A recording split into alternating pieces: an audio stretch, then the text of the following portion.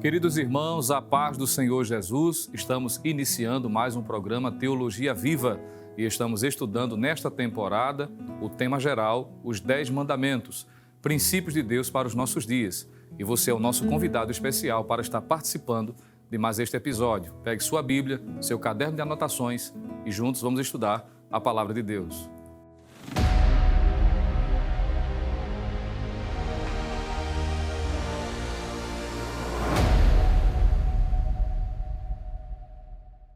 Amados irmãos, estamos seguindo a série de meditações que estamos estudando nesta temporada sobre os 10 mandamentos. E neste episódio estaremos estudando juntos o seguinte tema, o terceiro mandamento, o testemunho da santidade de Deus.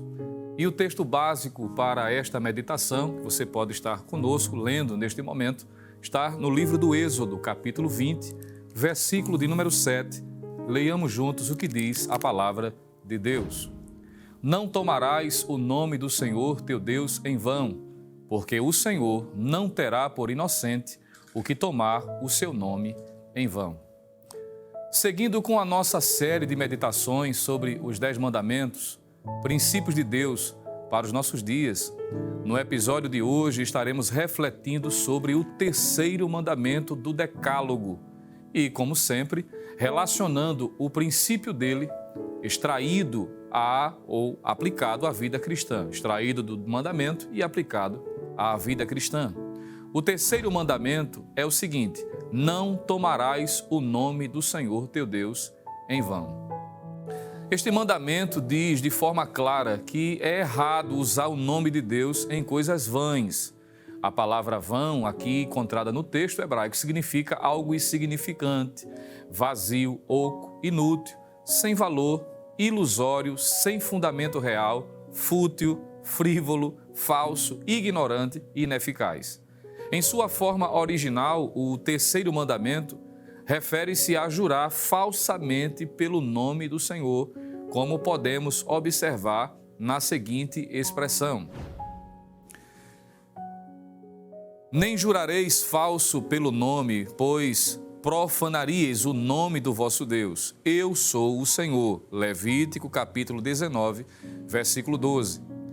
Na declaração de fé das Assembleias de Deus no Brasil, encontramos que o terceiro mandamento significa não usar o nome de Deus de forma superficial, em conversas triviais, nem faltar com a verdade em seu nome, como ao pronunciar um juramento falso ou fazer um voto e não o cumprir.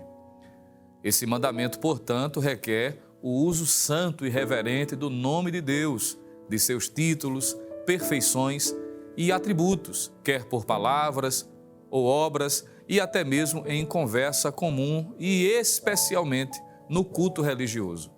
Também exige que se deva andar segundo a santidade do seu nome e invocá-lo sempre com ações de graças. Isso a gente pode ver de forma vasta em algumas passagens, tais como o Salmo 111, verso de número 9, o Salmo 89, verso de número 7, Miqueias, capítulo 4, versículo 5, Romanos 10 e 12 e também o Salmo 103, o verso 1. Este mandamento, portanto, proíbe tomar o nome de Deus em vão, utilizando de uma forma leviana em juramentos profanos e maldições. É o que nós encontramos também à luz do Novo Testamento, Romanos 3 e 13 e Tiago, capítulo 3, versículos 9 e 10. Da mesma forma, o perjúrio, ou seja, o jurar falsamente pelo seu nome, pois embora um juramento possa sempre ser tomado legalmente com o nome de Deus, nunca se deve tomá-lo falsamente. E nós encontramos sérias advertências a respeito desse comportamento. E você que está anotando, fazendo sua anotação, pode estar também incluindo Deuteronômio, capítulo 6, versículo 13, Hebreus, capítulo 6, versículo 16 e também Zacarias, capítulo 8, versículo de número 17. Assim também, blasfemar contra o nome de Deus é uma violação deste preceito e nós encontramos também isso de forma muito clara. Levítico, capítulo 24, versículo 14 e também no Salmo 74, verso de número 10, nós encontramos esta referência. Diante disso, podemos afirmar que este mandamento é para os indivíduos que fazem promessas falsas e procuram lhes dar credibilidade, muitas vezes invocando uma autoridade irrepreensível, entretecendo em discurso expressões como as seguintes: diante de Deus ou em nome de Deus. Ninguém deve invocar o nome de Deus com o objetivo de enganar outra pessoa, diga-se de passagem. Esta proibição é apresentada de forma ainda mais explícita em Levítico, capítulo 19, versículo de número 12, que diz assim: nem jurareis falso pelo meu nome, pois profanaríeis o nome do vosso Deus. Você pode ainda estar vendo Deuteronômio, capítulo 5, versículo 11, onde esta recomendação se repete, e também a recomendação do salmista, Salmo 139, verso de número 20, você pode também utilizar esta referência para ampliar o seu conhecimento. Atualmente, não é incomum ouvir pessoas invocarem o nome de Deus ao fazerem promessas que não são capazes de cumprir, ou, algumas vezes, nem sequer pretendem tentar cumpri-las. Você conhece alguém assim? Trata-se de uma profanação do nome de Deus, um nome que deve ser reverenciado. Quem explora esse nome para seus propósitos egoístas não deve esperar ficar impune. E aqui é algo que deve ser destacado. Esta expressão é reflexiva. No judaísmo, esta proibição envolvia qualquer uso impensado e irreverente do nome pessoal de Deus, que todos sabemos fazer referência ao tetagrama, não é? YHWH. Há ainda quem afirme que os escribas, por exemplo, que eram responsáveis, não é, pela transcrição do texto sagrado, quando tinham que escrever o nome de Deus em uma obra, eles paravam, lavavam-se, mudavam de veste e até mesmo mudava de caneta.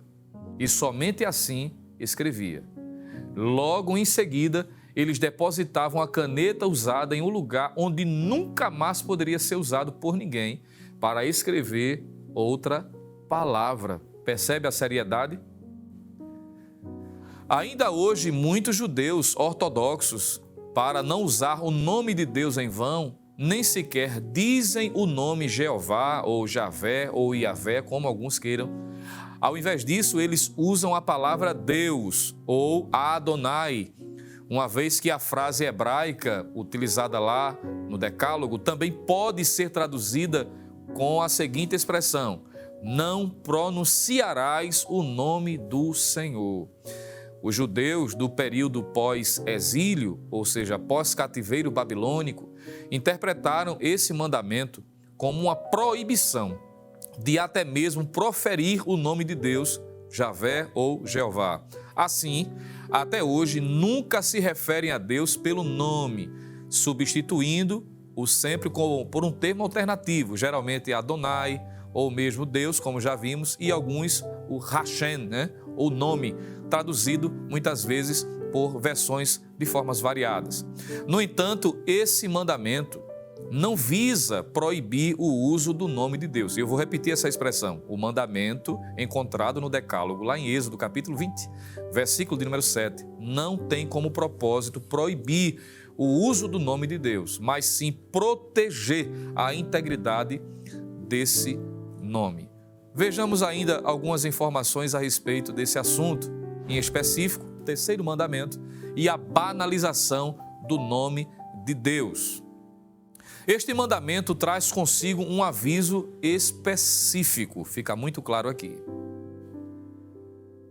Sem dúvida, isto é mencionado devido à tendência insolente do homem pensar a respeito deste pecado.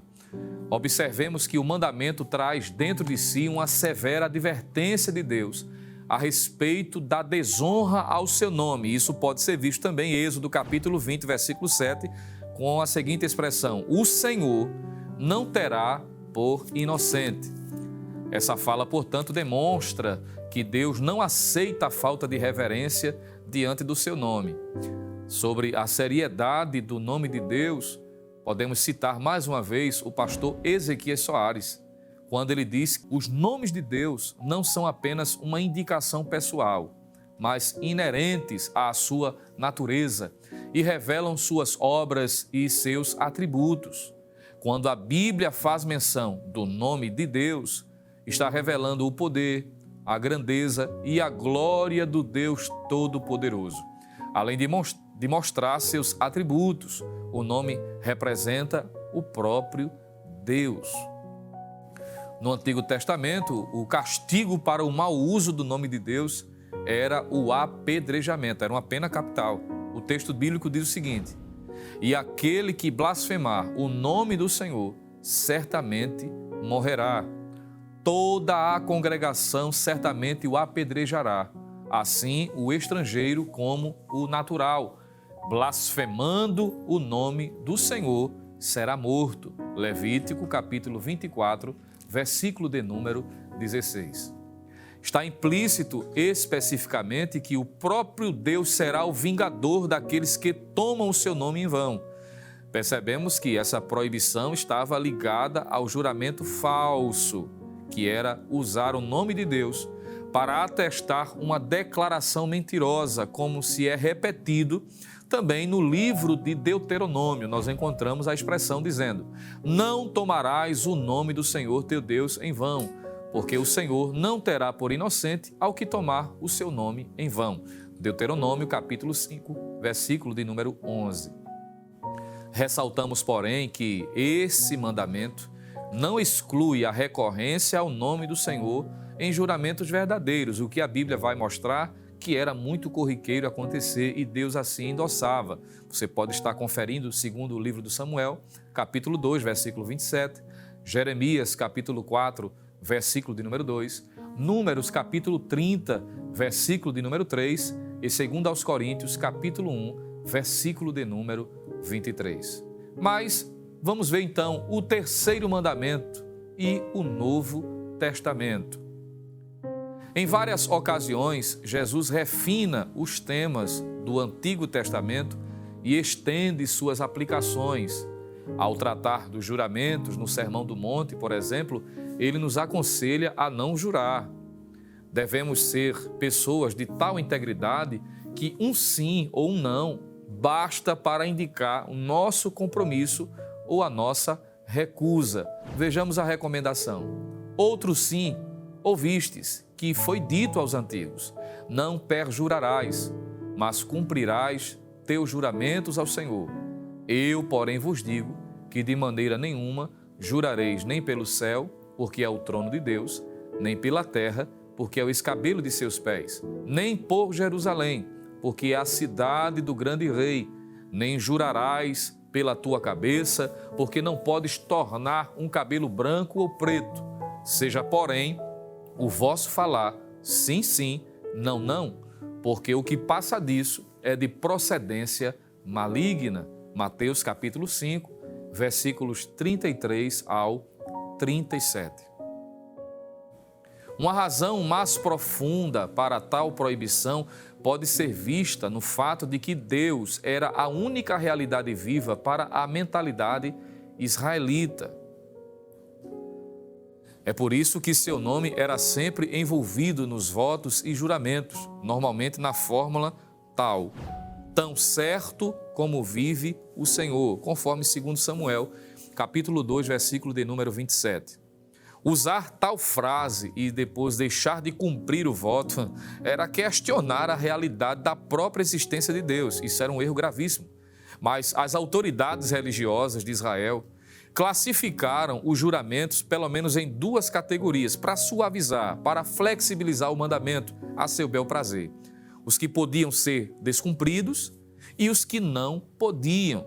Há uma lista deles a propósito, para quem quer aprofundar esta referência, esta informação, em Mateus capítulo 5, versículos 33 e 37, e também capítulo 23, versículo 16 ao 22.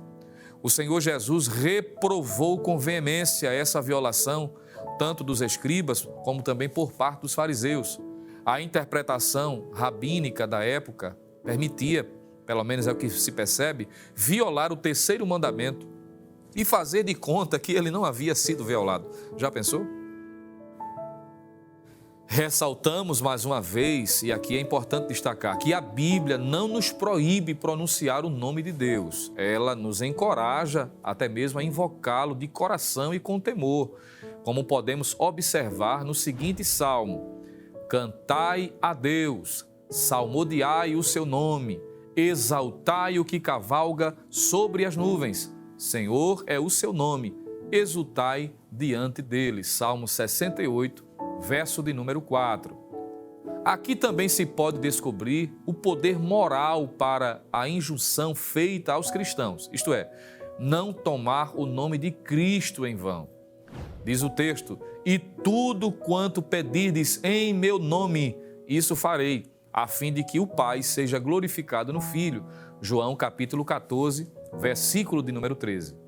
Com esse nome, o nome de Cristo, fazemos ao Pai uma petição e assinamos com o nome daquele quem tem autoridade nos céus e na terra, sabendo que o Pai não negará nada ao seu Filho primogênito, como ressalta o apóstolo Paulo, como se pode conferir. E tudo o que fizerdes, seja em palavra, seja em ação, fazei-o em nome do Senhor Jesus, dando por ele graças a Deus Pai. Colossenses capítulo 3, versículo de número 17. Aqui, nós somos colocados frente à responsabilidade que esse nome traz àqueles que o carregam. Percebe a responsabilidade? Mas vejamos também o terceiro mandamento e a cultura atual. Vejamos algumas informações que consideramos importantes.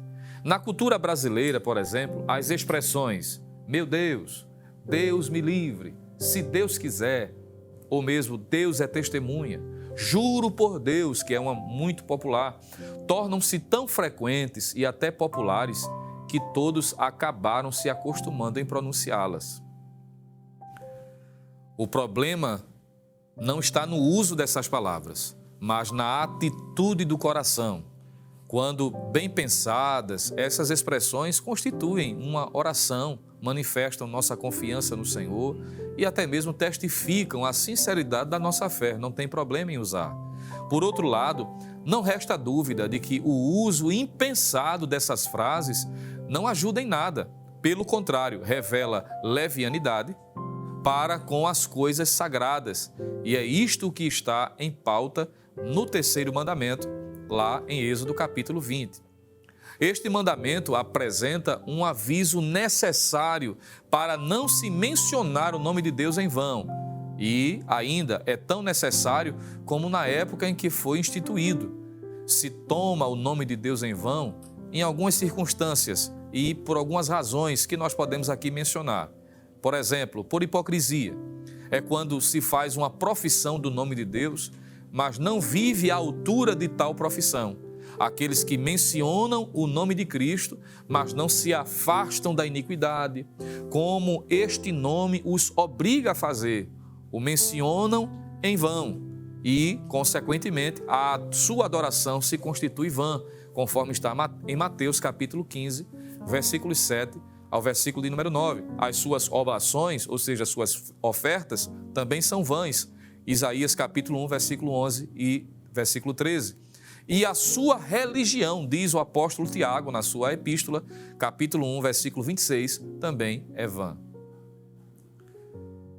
Pelo rompimento do concerto, também é uma outra circunstância, não é? É quando se faz promessas a Deus e não cumprimos os juramentos ao Senhor. Estamos tomando o seu nome em vão. Mais uma vez, repetindo Mateus capítulo 5, versículo de número 33. Isto seria uma falta de sabedoria de nossa parte e Deus não se alegra de tolos. É o que diz a palavra de Deus em Eclesiastes capítulo 5, versículo de número 4. E a Bíblia também diz em Gálatas 6 e 7 que Deus não se deixa escarnecer. Uma terceira situação em que o nome de Deus é citado em vão é por juramentos precipitados. É quando se menciona o nome de Deus ou qualquer dos seus atributos na forma de juramento, sem nenhuma ocasião apropriada para isto, nem a devida concentração da mente para isto, mas como simples palavras, sem nenhum objetivo, nem boa intenção.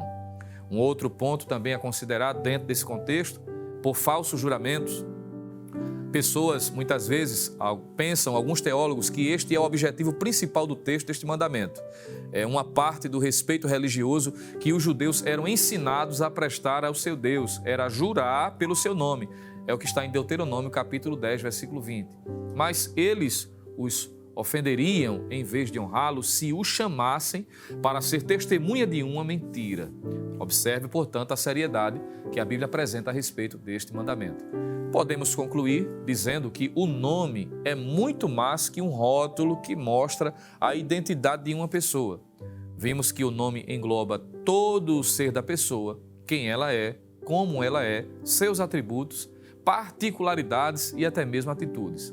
Assim, aprendemos que o terceiro mandamento está claramente nos mostrando que Deus deseja ser honrado por tudo o que Ele é, que Ele faz, que Ele representa, que Ele revelou e manifestou ao ser humano. Muito bem, então perceba o quanto este mandamento se torna atual para os nossos dias. Claro que quando o texto bíblico fala da proibição de usar o nome de Deus em vão, ou quando Jesus, no Novo Testamento, ele amplia o alcance deste princípio revelado no Decálogo, não está, por exemplo, fazendo impedimento a um juramento formal que alguém faz, por exemplo, na conclusão de um curso, ou ao servir a uma instituição, não é? Muitas vezes, talvez até militar, dentro desta área ou dentro desta esfera, há uma necessidade também de fazer um juramento. Por exemplo, alguém que conclui o curso de medicina e tem aquele juramento formal, não é esse tipo de juramento que as Escrituras estão fazendo menção, mas utilizar-se de forma inapropriada, conscientemente, do nome de Deus para atestar a veracidade de uma informação ou mesmo de uma declaração, de uma promessa realizada, quando em seu coração não há de fato o interesse para cumprir. E isso é um pecado frontal. Por isso que Jesus deixou claro que não há hoje, como cristãos, uma vez que temos a identidade de Cristo, a nova natureza, é o suficiente. A nossa palavra como servos de Deus deve ser sim ou não. Não precisa ficar atribuindo outros conceitos, até mesmo se referindo a pessoas, porque, por exemplo, tem alguém que, para dar ênfase à sua palavra, muitas vezes diz, eu juro pela minha mãe, e às vezes usa até as expressões que são apelativas. Como cristão, nós não precisamos disso, porque lembremos-nos o que Jesus ensinou, a palavra do crente é sim, sim, não, não, e nós não precisamos acrescentar mais nada, porque o próprio Jesus diz que o que passar disso é procedência maligna e nós não podemos ter esse tal comportamento. Portanto, meus amados, vamos aproveitar este conteúdo e queremos convidá-lo a estar sendo um instrumento de Deus também para abençoar outras pessoas. Você pode estar compartilhando esse conteúdo do programa Teologia Viva com seus amigos e também familiares. Você pode estar copiando o link, encaminhando, aproveitando para passar na playlist, onde você terá acesso não só a este episódio, como aos demais, e acessar todo o conteúdo do nosso canal, que é o Rede Brasil, tanto no YouTube como nas demais plataformas. Aproveite, curta, comente, ative o sininho para estar atualizado, recebendo as notificações e, sobretudo, inscreva-se em nosso canal, que é o Rede Brasil Oficial. Agradecemos a sua companhia, a sua participação e até o próximo Teologia Viva, se Deus assim nos permitir.